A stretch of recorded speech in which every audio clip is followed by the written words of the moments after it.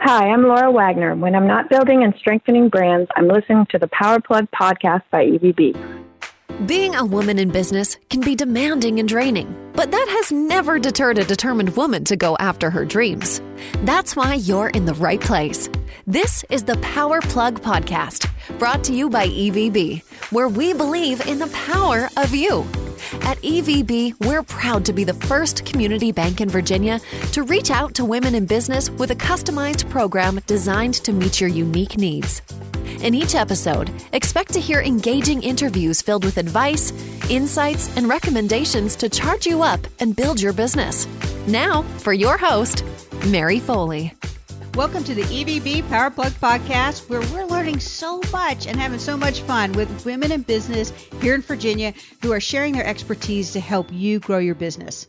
I'm your host, Mary Foley, and it's hard to believe we're already at episode 6.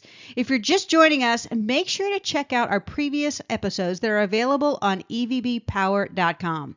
And when you're there, you can subscribe for free to easily get all the past and future episodes delivered to your phone by way of an iTunes app if you have an iPhone, or the Stitcher app if you have an Android phone. You just go to evbpower.com, click on the icons, and boom, there you go.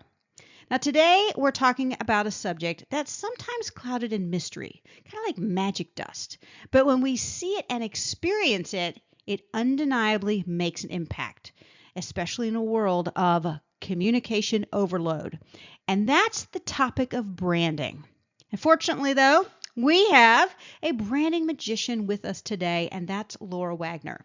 Laura is co-owner and chief creative at Studio W.E.R. in Richmond, Virginia. Specializing in brand identity development and multi-channel campaign creation, Laura is one of those rare creatives who uses both sides of her brain, her left and her right, to help solve client problems and achieve business goals. She's led and built in-house advertising departments for Fortune 500 companies and served as the creative director for a $12 million regional advertising agency. Laura's brain has been used to help organizations such as Sears, Circuit City, Mercedes-Benz, Bon Secours Health System, and more to help them tell their story in smart, compelling ways. And we're about to tap into her brain as well. So Laura, welcome to the EVB Power Plug podcast. Hi, Mary. Thanks for having me.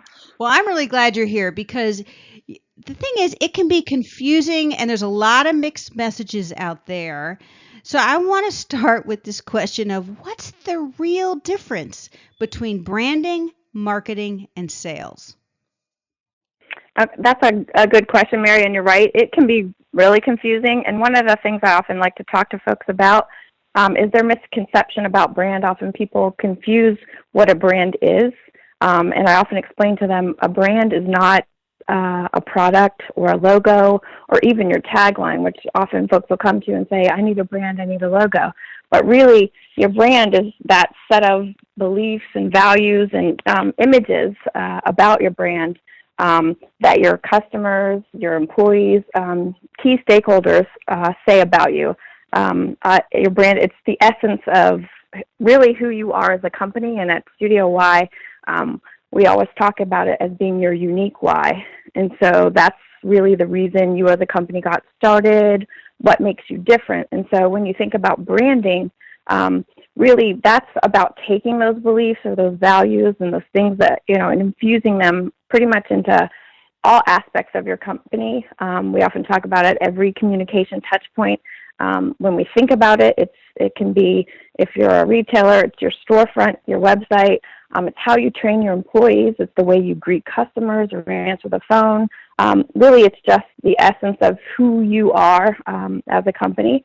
And it's also really important for folks to remember that really what their brand is what their customers are saying time and time again after they engage with their brand and have an experience. When you think about, for me, I think about great brands, and I also think about my favorite brands. And you really have to think about what's happening there. And you love those brands because each and every time you engage with those brands, you have an expected and same experience, which builds trust. So I know if I go into X brand, this is what's going to occur, and this is how I will get my need or want satisfied. So often that's what we kind of tell people to think about in terms of their own brand. And then when it comes to marketing, now that you have really thought about this brand and who you are and your why and how you're positioning, it's time to tell that story to the world. And that's where marketing plays a role. And so that's all about sharing. That's where you're going to have a conversation, interact with a customer, and eventually the end goal being to lead to a conversion or a sale, or if it's a social alike. Really, this is where you're trying to make an emotional connection with that customer so they can understand, yes, that's something I'm interested in, your brand, this is what I'm going to get if I engage with your brand. And the nice thing about marketing is you can get very targeted, especially say in the digital world. Even with social, if you had a Facebook campaign, you can target it to show only a certain segment of folks, or you can get broader, hence the term broadcast television, for example, and really just put out an experience or an essence to folks as you're trying to tell them about who you are and what your company is. And then lastly, there's sales, which we think of more of the mechanics of all of this, and that is the actual act of selling what you have to offer and that process that you go through to get people to buy what you're selling. This is where we talk about it being a very human process or point, and it's really a very critical part because, regardless of what you say you are, or why you do what you do, or how you go out to the world to tell that story, where the rubber meets the road, as they say, when you're in that contact one-on-one with that sales process, if you don't deliver on that promise or that essence of who you are, you're going to fail in terms of the mind of the consumer. So that's kind of how I really kind of break down those three things. Wow, that's really helpful. And the way you've broken it down, it starts with brand, it sounds like. Because if you don't have that clarified, then the sharing your story through marketing isn't consistent, or maybe it's just you share kind of random stories, or maybe it's just not very focused. And then if during what I'm hearing too in the sales process, you said it's very human, and it's really kind of, it's all leading to hopefully making that transaction, right? And if that's not consistent with a brand message or other messages, then that may be the deal breaker, because I don't get that trust because I haven't had this consistency of, yep, that's the message, that's who they are, that's what they're like, that's the value. Am I right about that as how to think of it? The brand has to come first and it flows from there? Absolutely. Yep. And that's why we often use that term you hear, living the brand, because it's really important, each aspect of that, to make sure, regardless of how a consumer engages with you, there's a sense of consistency, and then with the marketing frequency of that message, so that over time that builds for them in their mindset of what your brand is about. So as a small business owner, I'm starting to get a sense of probably what a good brand contains, but how can I tell if I'm kind of doing a review of my own brand, if it's really, quote, a good brand? Maybe it's how do you go about figuring that out with your clients, that if they, what's the state of their brand? How can I tell that? Again, I would go back to what we've said about the brand, in essence, being what people are saying about you and your company. So usually what we do with folks is we encourage them, or we help them with what we're calling a brand audit. And here we kind of really take a look at all aspects of the company. Key is talking to the business owner, talking to their employees, their customers. We even talk to their competitors. But what we're looking for from them and their employees and customers is that same message coming through. So what they have decided they are about and their unique why, I should hear it come back to me through employees, through customers, so that we kind of can see there is that message is coming through, which, again, it's all about consistency. Really, when we're thinking about how to figure it out, it's really diving into where we are and then encouraging them to take it a step further. So once we do the talking, then we need to do the looking and the seeing. So how is the storefront or the website, or are you putting a different message out in social than you're putting out in broadcast? Really kind of asking them to kind of take a look at themselves, ask some questions, and really look for things like that consistency in areas where we might improve. If you see a lot of disparity, you probably don't have a really strong brand, because, again, I often ask people, like I said in the beginning, to go back and think about some of your favorites. It's easier when you can relate it to an experience that's personal to you. So if you have a favorite brand, think about when you engage with that brand, is their storefront similar to their website, similar to how they engage with you, et cetera. That's really how you can kind of give yourself a grade almost, kind of go through that process to figure that out. And what we do at Studio Y is we kind of take you through that process. And what we do is come back to you, good news or bad news. Hey, good news is when we talk to your consumers, your employees, et cetera, they all said very similar things to what you're telling us. Or in some cases, bad news, you're saying you're about X, but a lot of folks really didn't get that, and they're talking about something completely different. And we kind of let them get that information, and then we talk to them a little bit about what solutions we might suggest for that. And then we talk to them a little bit about taking some time to think about what really separates them from their competitors. And that kind of gets into, really thinking about what we can do to help them strengthen that brand. Wow, I can see how that could be a really helpful process, and I can also see how that could be, well, it's not impossible, but it could be more challenging for a business owner to do it themselves, because we can get so close to the brand, or let's face it, we're asking people and they want to tell us something nice, right? And they want to they're going to anticipate, oh, well, this is probably what she wants to hear, right? Or what she expects to hear. Where you go and your team asks, they might say, well, here's, they'll be perhaps more honest, or simply they just won't have that filter consciously or unconsciously. Do you find that to be the case? Yeah, and that's the thing. I mean, we're closest to ourselves, and sometimes just have someone, step outside and take a look in. They might see something that is right in front of you that you may not have, kind of figured out. And that's often the benefit of, especially hearing from your consumers. We're going to go to the top level and say that our brand is what your customer says it is. We really need to find out what they're saying. We need to hear and listen to what they're saying. So there's where you'll find some insights to adjustments that you might need to make, to places where you might need to shore up the consistency. Do you ever have where you've done this brand audit, you've come back with the results to the business owner, their senior team, and there's a lot of resistance? In other words, they either don't want to hear it, or they're going, oh no, that's not what it is. That's not what it is. And now they're really not accepting that it's falling flat or not hitting the mark as they intended. What do you do if that's the case? You don't often get I guess at least that initial phase where there's a resistance, because a lot of people are really, if they've asked you to help, they know there's a problem already. So they're looking for someone to come in and kind of, show them the light, if you will, find those places that maybe after they've done their research or looked at, look for something unique or see it from a different perspective. And it depends on the company. Obviously, larger companies often have in-house marketing folks that can help them out at that level, but often they go outside again to get that other perspective. And so, but if it were challenging, a lot of times what we say is to start at the top with a company.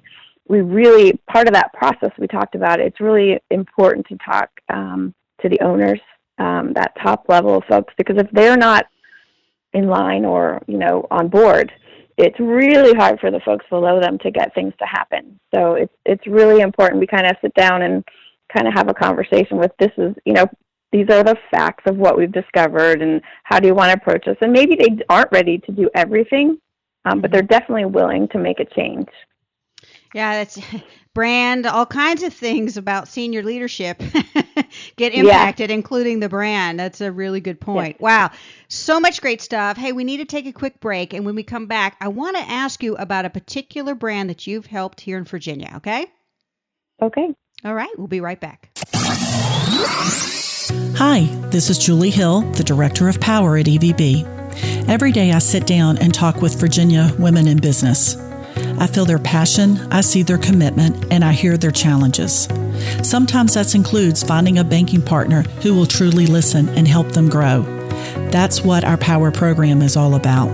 To find out more, go to evbpower.com or reach out to me at julie.hill@bankevb.com, and let's sit down and talk about your business. At EVB, we truly believe in the power of you, because when women in business succeed, We all do. And we're back. This is Mary Foley with Laura Wagner, brand magician, otherwise known as the co-owner and chief creative at Studio Y in Richmond, Virginia. And we're talking about branding. And Laura, I said before break, I want to ask you about a brand here in Virginia that you've helped shape. You and your team came up with EVB's own tagline, Big Believers in Small Business. I love it because it's simple, it's powerful, it reflects a real EVB value. But here's what I also know. It's easy to consume, it's easy to receive, but that doesn't mean it was easy to create. So I'm really curious, how did you guys come up with this? Well, actually, for us, this particular part of EVB's brand is what I would call a bit of a sub-brand for them. Their actual umbrella brand is Big Believers in You.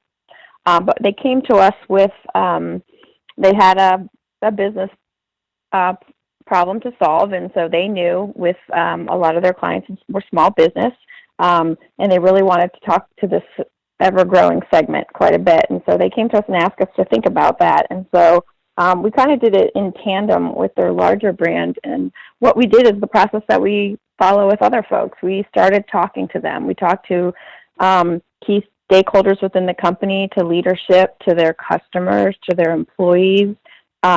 We talked to their vendors, and what we heard over and over again was very similar things. Again, that's that checklist where you're like, okay, that's good news. And what we heard over and over again from them was everything came from the perspective of you. You can hear a lot of people in this segment and a lot of advertisers out there in banking, quite honestly, that talk about them. We're the bank that does X, and we'll help you do this. But when I really listened to the way folks talk about EVB, it was all about the you. You really want to start this business, or you have this dream to build X. And so it was really nice to hear all of these personal stories of how they treated their customers, as well as to hear customers rave about what it was like to be an EVB customer.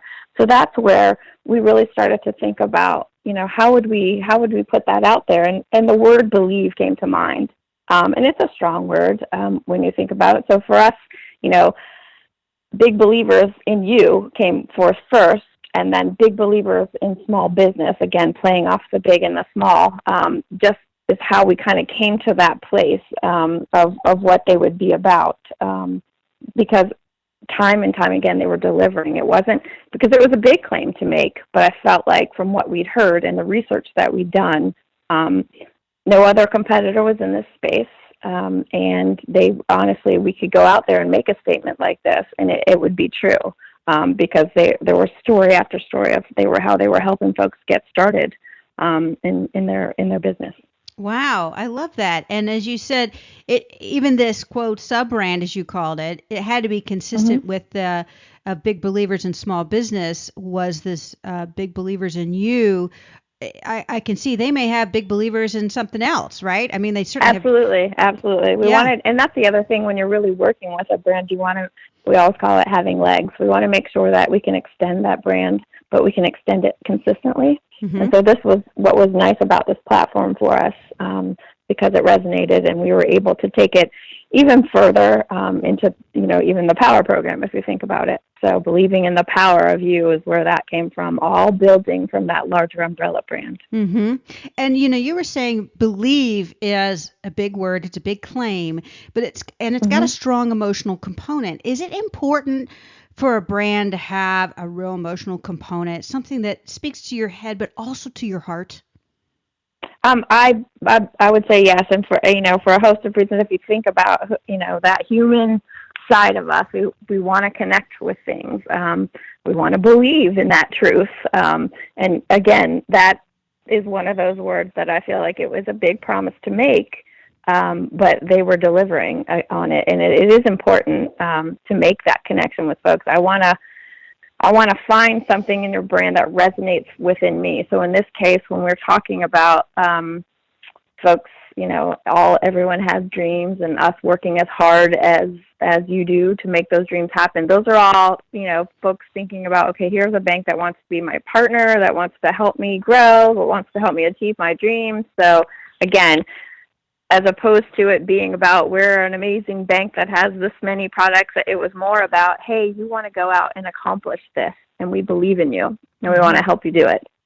Wow. Well, and that's a great takeaway that all business owners can ask themselves, is my brand currently, does it have enough of emotional component? Does it speak really to the human experience? And, obviously the only real answer that counts from what you've said is what your customers are saying, what your stakeholders are saying.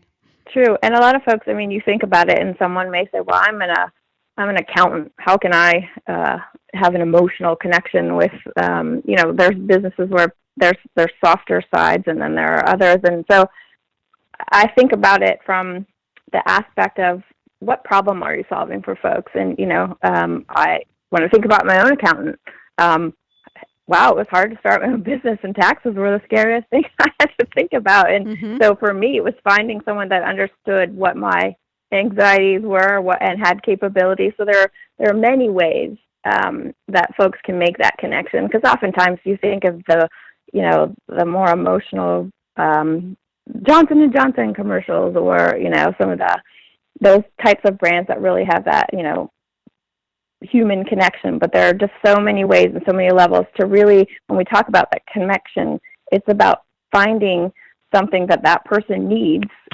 and solving that problem for them. Let me ask you about speaking to the woman who may think, oh, listen, I own a business. I might be a solopreneur. I might have, a number of employees.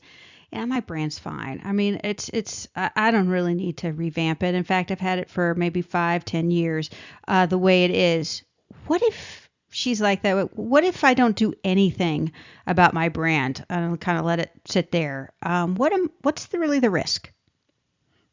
I think, again, that depends on the success of your company. If you're doing well, you may have been, really good at branding. Oftentimes they say that, as business owners, we're either good at sales, marketing, or branding, but not necessarily all. But if if you've had success, then, I think great, but you should also every once in a while, I think, assess, just like anything else in any part of your company, take a look back and see where you are or how you could be better. I also feel like if folks don't think about branding, you mentioned at the top of the piece the world we live in, and there's statistics out there about with how many brands we come across in a day. And I often talk about us being at risk of being enveloped into the sea of sameness. There are a lot of people out there that do what you do, and it's finding those things that set you apart, and sometimes changing the game a little to make sure that you do stay uniquely you, and can separate yourself from the pack, if you will. And it's a lot to think about. So. Well, it is. And so if someone actually who's listening does want to talk with you about their branding or their marketing and maybe do an audit or just get, some thoughts, a different point of view, how can they get in touch with you? Sure. They can go to our website, ycreate.com. So it's WYCreate.com. And there's a contact form, and they can fill it out, and we'll reach out to them. And we can talk to them about whether it's branding or they have marketing needs. And again, for us, we look at it as whether you're a brand new company, we like to help folks get started, or a company that's looking for a refresh or have a problem to solve. Or sometimes we even help folks that are within marketing departments within companies that just need an extra pair of hands. And so we partner with them to help them out. EVB would have been a good example of that. So. That's great. So, yeah, there's different ways that you help out companies. That's good. Absolutely. Well, wow, this has been a whole lot. Loved it. Really, I think you really helped to clarify the need for a brand, but also how it's different from marketing and sales, and some real examples. So I really thank you for that. We've only got a couple of minutes. So before we wrap up, I have a list of quick questions just to get to know you a little bit more. Okay. Maybe like brand Laura. I'm not sure. Okay. But anyway, for each question, all you have to do is share the first thing that comes to mind. Okay. You ready? Oh, okay. Okay. Salty or sweet? Sweet. Okay. Early bird or night owl?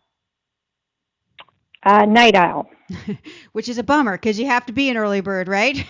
I do, but where creativity seems to happen in the wee hours of the night for me. Okay, got it. Favorite holiday of the year?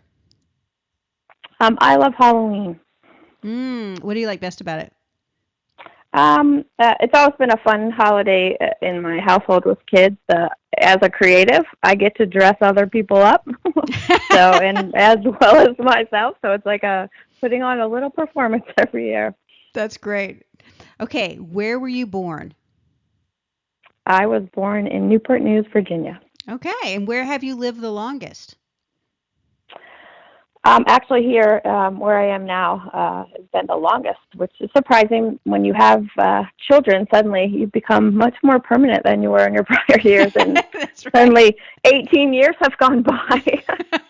Yeah, it happens very fast, doesn't it? It does. Okay, really important one, heels or flats? I like heels. Okay, excellent. And last but not least, name a woman who's deeply inspired you, past or present. There's been a few, but key women within my career that have really spoken to me. Past, she was our CMO when I worked with Circuit City. Very smart woman at the time. I think she's maybe 2 years older than I was, and I just remember thinking, wow, look where you are. But she really knew how to pull a team together, and she really thought about what each individual brought to that team and allowed them to excel in that way. So often she challenged you and really kind of brought you together to use your talents and have respect. So, for me as a creative director on that team, she'd say to folks, okay, Laura's decisions will be based in, what color it is, what we're going to go with the campaign, whereas someone else who might be our local marketer, she's like, we're not going to question so-and-so's. We can challenge each other. But at the end of the day, there was a respect for each person's role. Mm-hmm. And I learned a lot about how managing and working with teams to make sure that we each bring gifts and talents to the table. And that's how we, respect one another and get the best work out of folks, because you do, when you think about your strengths, if someone allows you to excel at something you like to do, you're going to be successful. So I admire her for really kind of opening us on that. She really was a great example and role model. Yes. That's fantastic. That's great. I love that question because it always elicits a whole different, depth of response. So I appreciate that. Mm-hmm. Wow. Well, we're out of time, but thank you again, Laura, for being here, for sharing with us about branding. And we look forward to more with you, hopefully in the future. Great. Thank you, Mary. I enjoyed being here. All of us have powerful women in our lives, just like the one on today's podcast. At EVB, we're bringing these amazing women together to be a part of something special. Our P.O.W.E.R program is unlike any other. We not only have banking and financial options, we also provide opportunities for you to promote your business and to make valuable connections. To find out more, please contact me, Julie Hill, the Director of P.O.W.E.R, at julie.hill@bankevb.com. I look forward to it.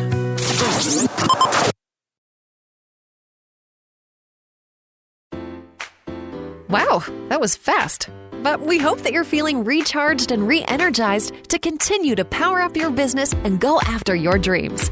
Love this Power Plug episode? Let us know. Leave a comment on Facebook or visit us at evbpower.com, where you can hear more episodes just like this one to keep believing in the power of you, just like we do.